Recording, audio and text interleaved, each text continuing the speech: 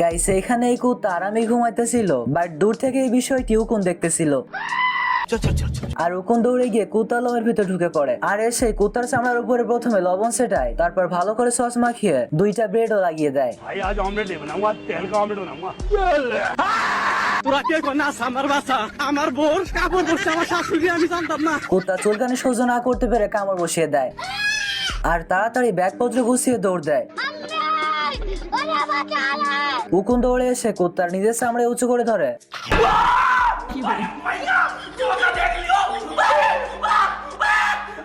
আর কুত্তার মালিক কুত্তাকে ধরে আইসকুল পাউডার মাখিয়ে দেয়। বাট এ আমি কি দেখতেছি, উকুন তো আইস মনে করে স্লাইডিং করতেছে। শয়তানের বাচ্চা চরিত্রহীন। যাই হোক, উকুন এবার পুরা খানদান নিয়ে আসছে। কোনো মাইয়া আমার চয়েস করেন। আমি পারি না আর পারি না। গাইস এই উকুন তো কুত্তার শরীরে মানচিত্র তৈরি করার জন্য উঠে পড়ে লাগছে। কাম সার